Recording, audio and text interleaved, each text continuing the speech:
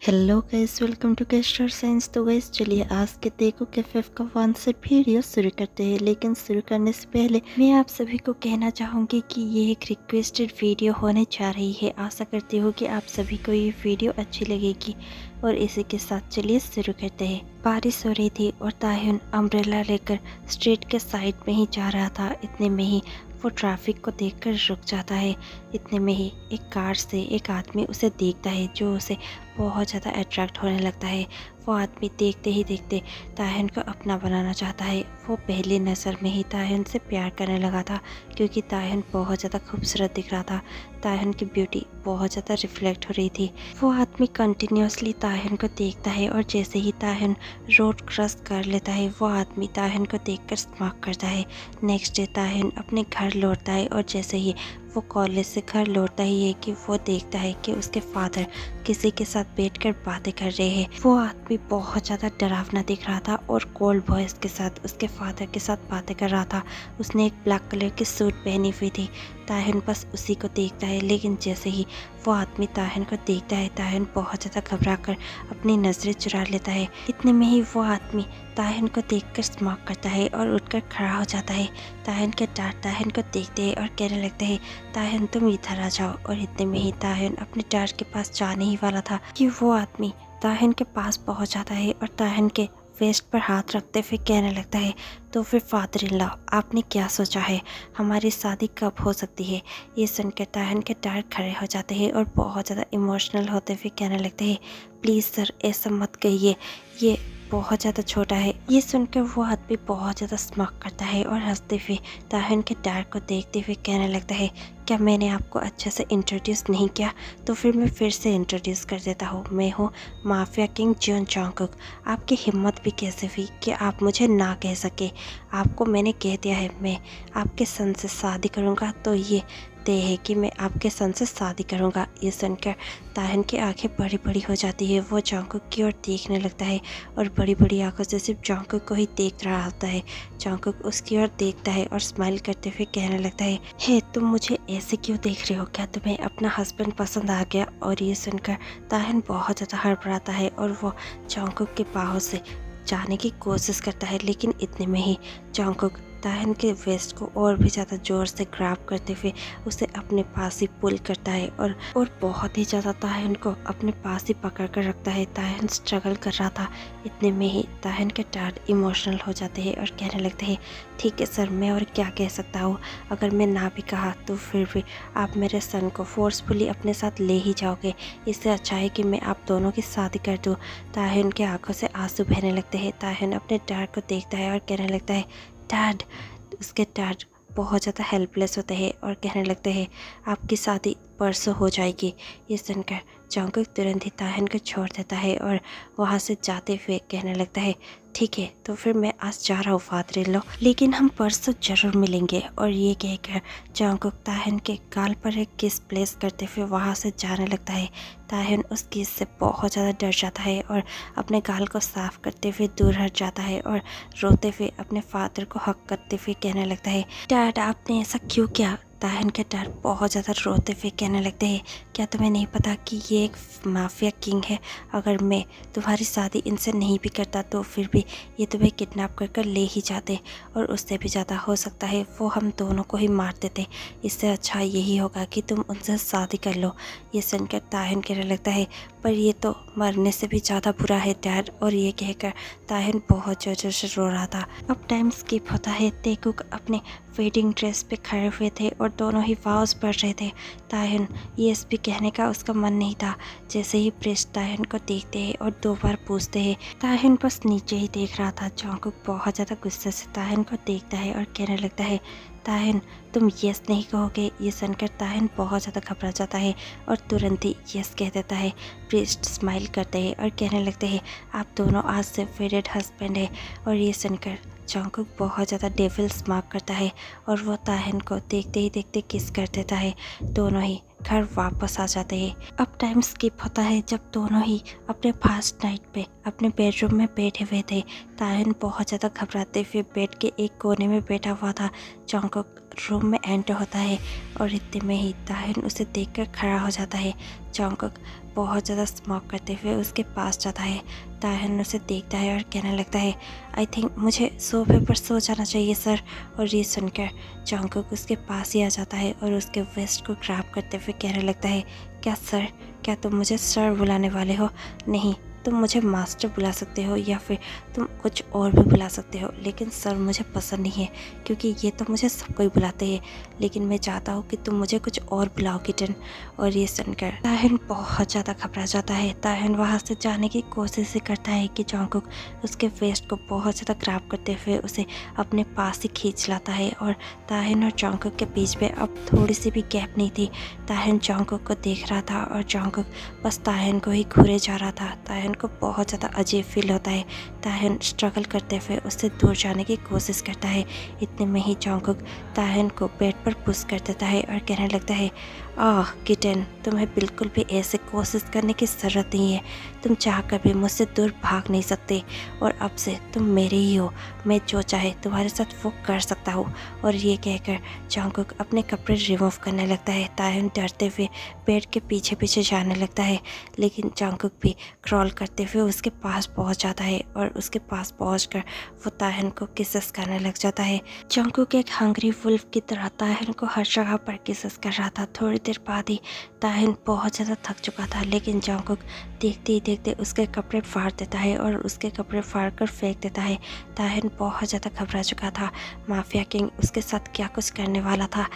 देखते ही देखते जंगकुक ताहिन के साथ बहुत हार्डली और रफली इंटीमेट होता है।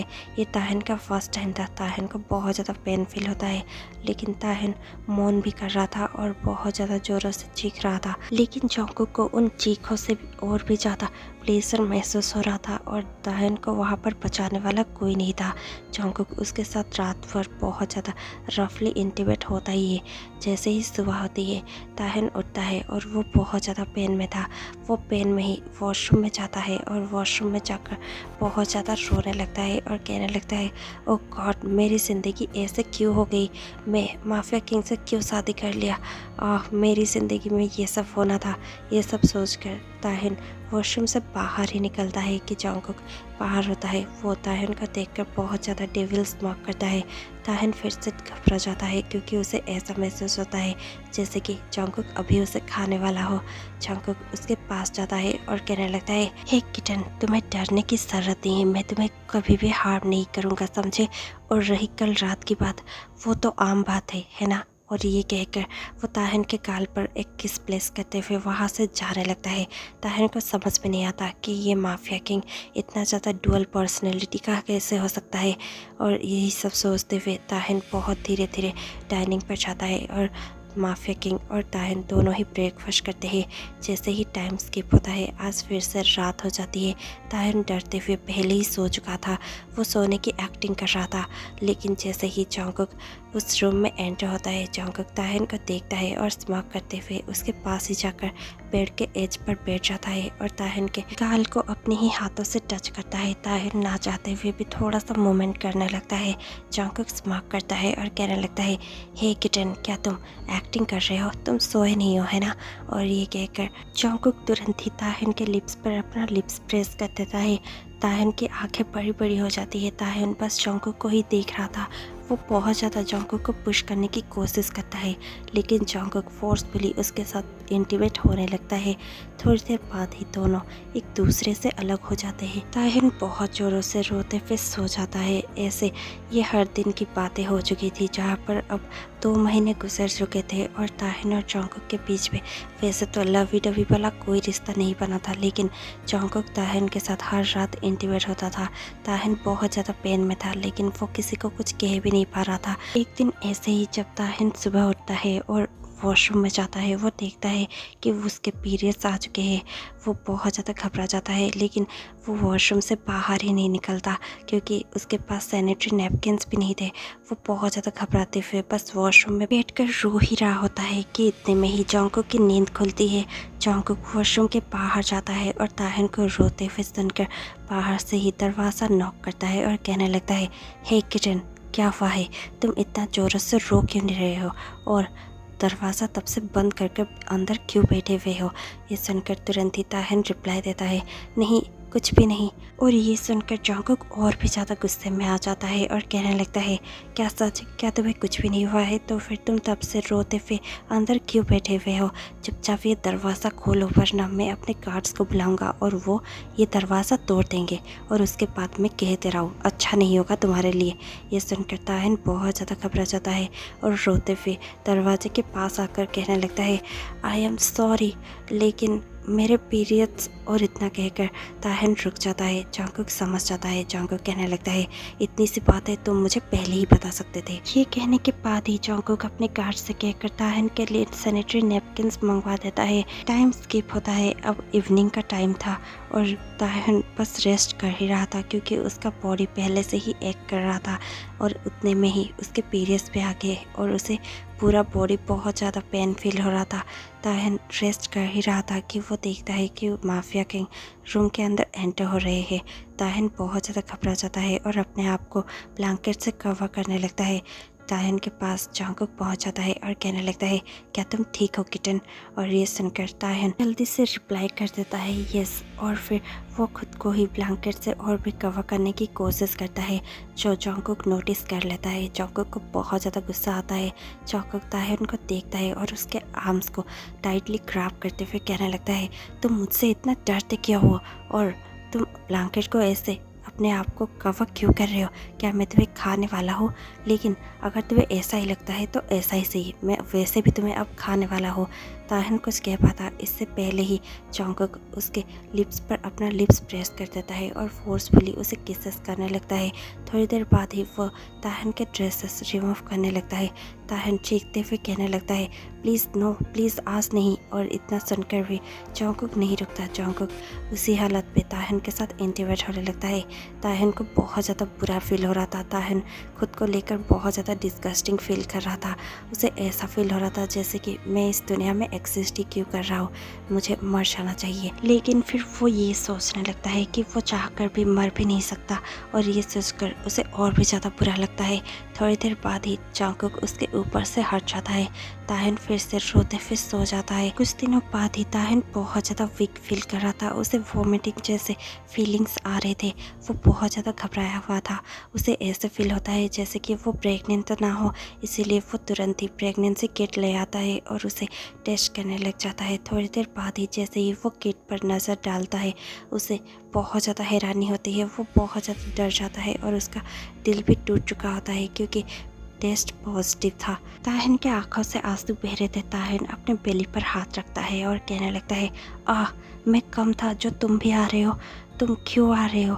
तुम्हारे डर अच्छे नहीं है। तुम्हें इस दुनिया में नहीं आना चाहिए।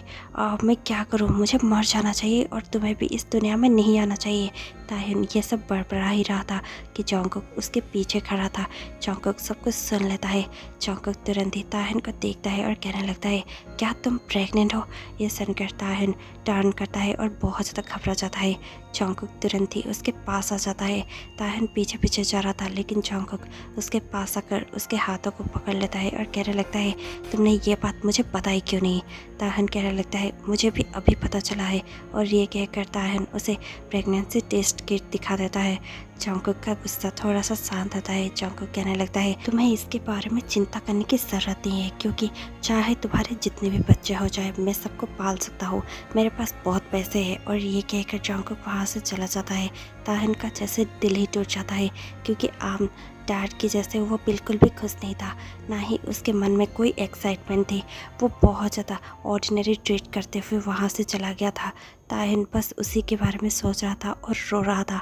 जैसे ही रात होती है जॉन्गकुक अपने रूम में आ जाता है और वो ताहन के साथ इंटीमेट होने की कोशिश करता है लेकिन इतने में ही ताहन उसे पुश करते हुए कहने लगता है, ओ प्लीज़, अब भी आप मेरे साथ इंटीमेट होने की कोशिश करेंगी क्या?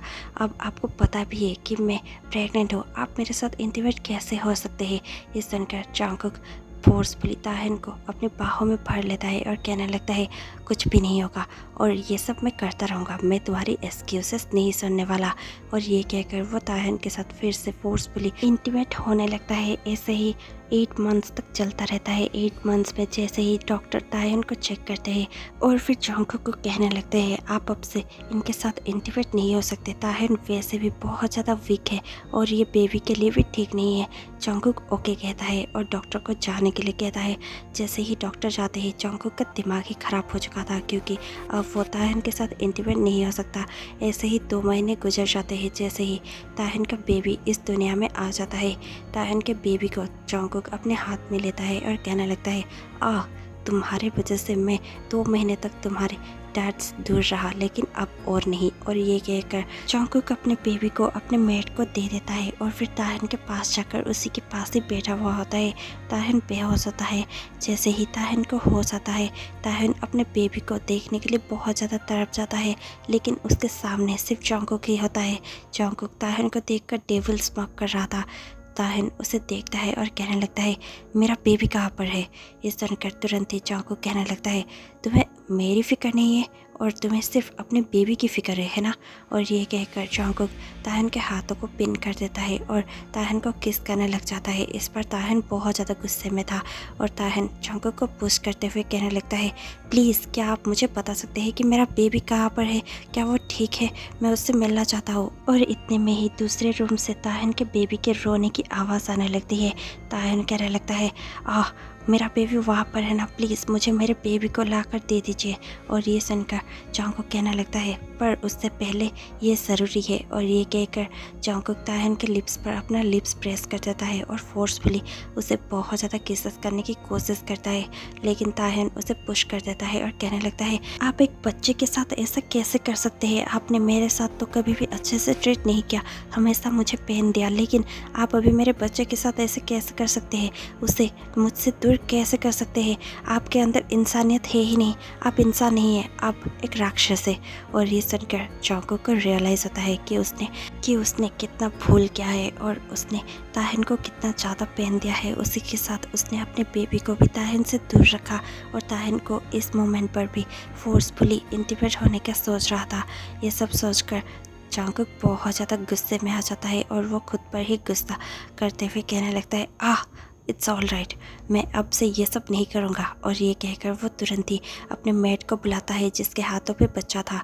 वो तुरंत ही ताहिन को बच्चा सौंप देती है। ताहिन अपने बच्चे को लेकर बहुत ज़्यादा रोने लगता है और ये सब देखकर जंगकुक बहुत ज़्यादा डिस्टर्ब हो चुका था। वो तुरंत ही वहाँ से उठकर अपने स्टडी पे जाने लगता है। बहुत टाइम तक स्टडी पे रहने के बाद नेक्स्ट डे वो ताहिन के पास लौट कर आता है। ताहिन अपने बेबी के साथ बहुत अच्छे से खेल रहा था और वो बहुत ज़्यादा स्माइल कर रहा था।